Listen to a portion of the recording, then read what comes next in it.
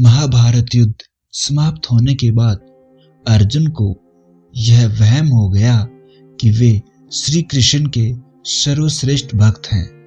अर्जुन सोचते कि श्री कृष्ण ने मेरा रथ चलाया, हमेशा मेरे साथ रहते हैं, इसलिए मैं भगवान का सर्वश्रेष्ठ भक्त हूँ।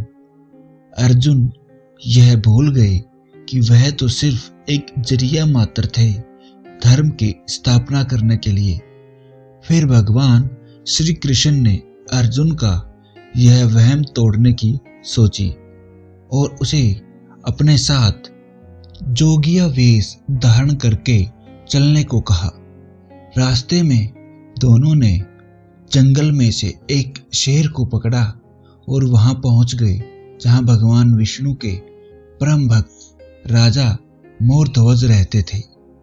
ऐसी ही ज्ञान भरी कहानियां सुनने के लिए हमारे इस चैनल को सब्सक्राइब जरूर करें और वीडियो को लाइक करना ना भूलें।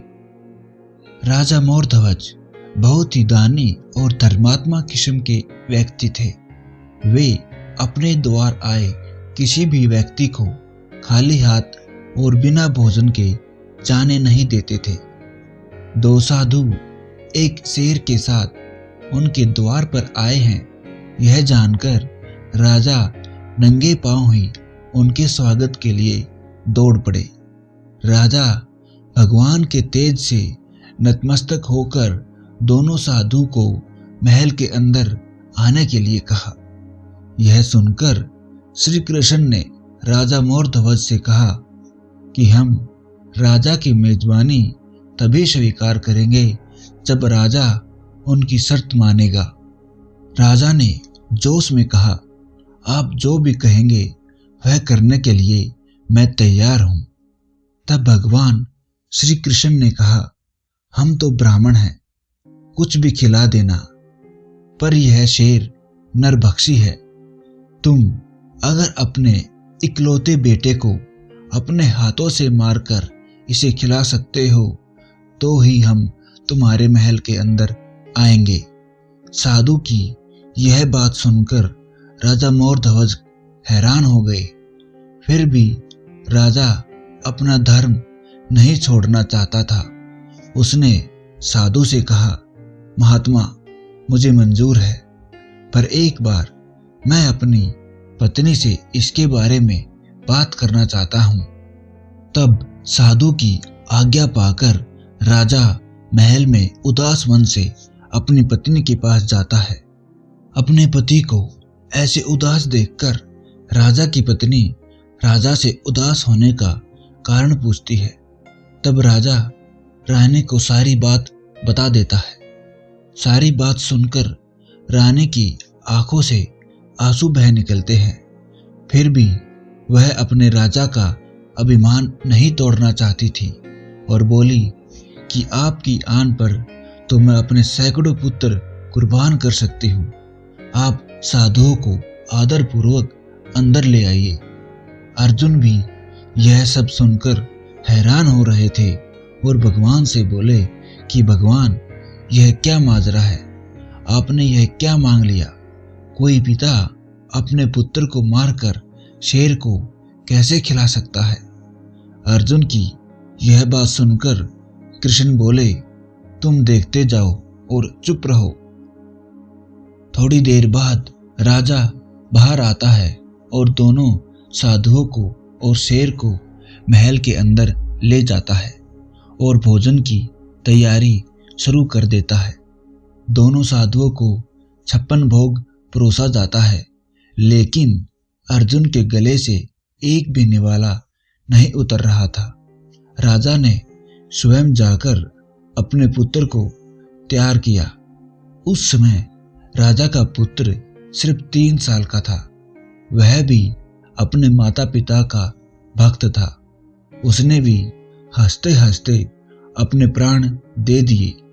राजा रानी ने अपने हाथों से आरी लेकर अपने पुत्र के 2 टुकड़े कर दिए और शेर को परोस दिए। भगवान कृष्ण ने भोजन ग्रहण किया, पर जब रानी ने पुत्र का आधा शरीर देखा तो वह अपने आंसू नहीं रोक पाई।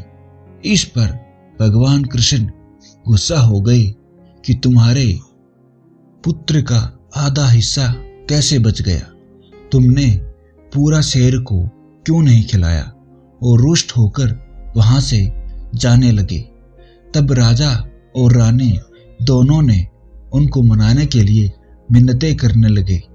उस समय तक अर्जुन को यह एहसास हो चुका था कि भगवान उसके वहम को तोड़ने के लिए यह सब कर रहे हैं। अर्जुन भगवान कृष्ण के चरणों में गिर गया और कहने लगा, आपने मेरे झूठे वहम को तोड़ने के लिए यह सब किया है। राजा रानी के पुत्र को उनके ही हाथों मरवा दिया और अब रूठ के भी जा रहे हो, यह उचित नहीं है। प्रभु मुझे माफ कर दीजिए और अपने इस भक्त का कल्याण करें।